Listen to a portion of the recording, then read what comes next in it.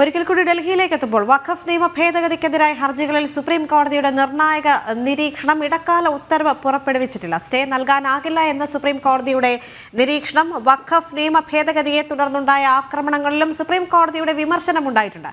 Case നാളെ വീണ്ടും പരിഗണിക്കും. ജിഷ്ണു കൃഷ്ണൻ ചേരുന്നു വിവരങ്ങളുമായി. ജിഷ്ണു, കപിൽ സിബലിന്റെ ചില വാദങ്ങളുണ്ടായിരുന്നു, പക്ഷേ അതിനെല്ലാം കോടതി ചോദ്യം ചെയ്തൊരു സാഹചര്യം ഉണ്ടായിരുന്നു. ആർട്ടിക്കിൾ 26-നെ മതവിശ്വാസങ്ങളുമായി കൂട്ടിക്കുഴയ്ക്കരുതെന്നും അങ്ങനെ വളരെ പ്രധാനപ്പെട്ട നിർണായകമായ ചില നിരീക്ഷണങ്ങൾ കൂടി കോടതിയുടെ ഭാഗത്ത് നിന്ന് ഇന്ന് ഉണ്ടായല്ലോ. അത് എന്തൊക്കെയാണ് മറ്റ് വിവരങ്ങളും കൂടി? നിർണായകമായ വാദമാണ് ദേവിക, നിർണായകമായ വാദമാണ് ഇന്ന് സുപ്രീം കോടതിയിൽ നടന്നിട്ടുള്ളത്. വഖഫ് നിയമ ഭേദഗതിയെ ചോദ്യം ചെയ്തുകൊണ്ട് കോൺഗ്രസും CPM-ഉം RJD-യും മുസ്ലിം ലീഗും മുസ്ലിം വ്യക്തി നിയമ ബോർഡും ഉൾപ്പെടെ 70-ലധികം ഹർജികൾ സുപ്രീം കോടതിക്ക് മുൻപിൽ ഉണ്ടായിരുന്നു.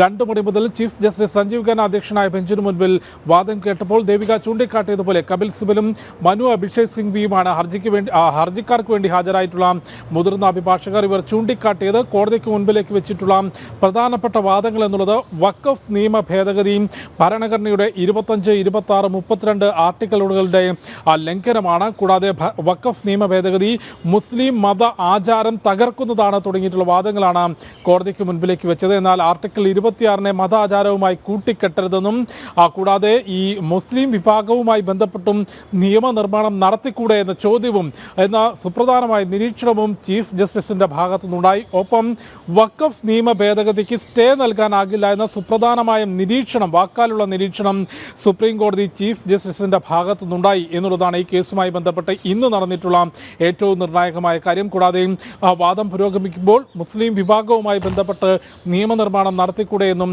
കോടതി ചോദിക്കുകയുണ്ടായി.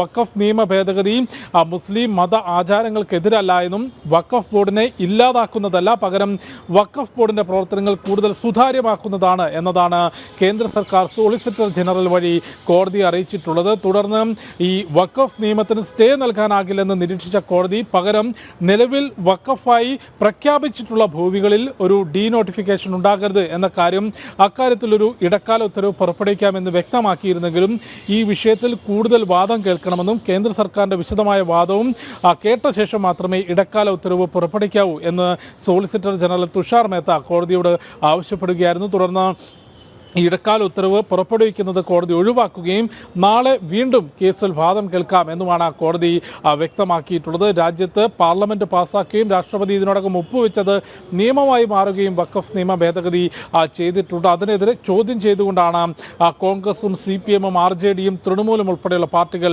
സുപ്രീം കോടതിയിലേക്ക് എത്തിയിട്ടുള്ളത്. നേരത്തെ മുനമ്പത്തിന് സമാനമായി രാജ്യത്തിന്റെ വിവിധ ഭാഗങ്ങളിൽ അസാമിലും ഒഡീഷയിലും കർണാടകയിലും തമിഴ്നാട്ടിലുമുടെ വഖഫിന്റെ അനധികൃത ഭൂമി കയ്യേറ്റത്തെ ചോദ്യം ചെയ്തുകൊണ്ട് വിവിധ ജാതി മതത്തിലുള്ള ആളുകൾ പ്രത്യക്ഷ സമരത്തിലുണ്ട്. ഈ സമരസമിതി എല്ലാം തന്നെ വഖഫ് നിയമ ഭേദഗതിയെ എല്ലാ രാഷ്ട്രീയ പാർട്ടികളും അനുകൂലിക്കണമെന്ന് ആഹ്വാനം ചെയ്തിരുന്നെങ്കിലും പാർലമെന്റിൽ അത് ചെയ്തില്ല എന്ന് മാത്രമല്ല, ആ നിയമ ഭേദഗതിയെ ചോദ്യം ചെയ്തുകൊണ്ട് കോൺഗ്രസും CPM-ഉം RJD-യും തൃണമൂൽ കോൺഗ്രസും ഉൾപ്പെടെയുള്ള പാർട്ടികൾ, മുസ്ലിം ലീഗ് ഉൾപ്പെടെയുള്ള പാർട്ടികൾ ഇപ്പോൾ സുപ്രീം കോടതിയിൽ എത്തിയിരിക്കുകയാണ്. ഇന്ന് ഏതായാലും 2 മണിക്കൂറിലധികം നീണ്ടുനിന്ന വാദം ഉണ്ടായി.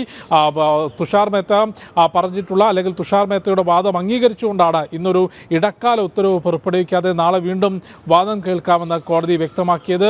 നാളെ കോടതിയുടെ ഭാഗത്തു നിന്ന് നിരീക്ഷണമുണ്ടാകും. ഒപ്പം വീണ്ടും ഇടക്കാല ഉത്തരവ് പുറപ്പെടുവിക്കാൻ തന്നെയാണ് സാധ്യതയുള്ളത്. ആ ഇടക്കാല ഉത്തരവിൽ എന്തെല്ലാം കാര്യം കോടതി വ്യക്തമാക്കും എന്നുള്ളതും നിർണായകമായിരിക്കും.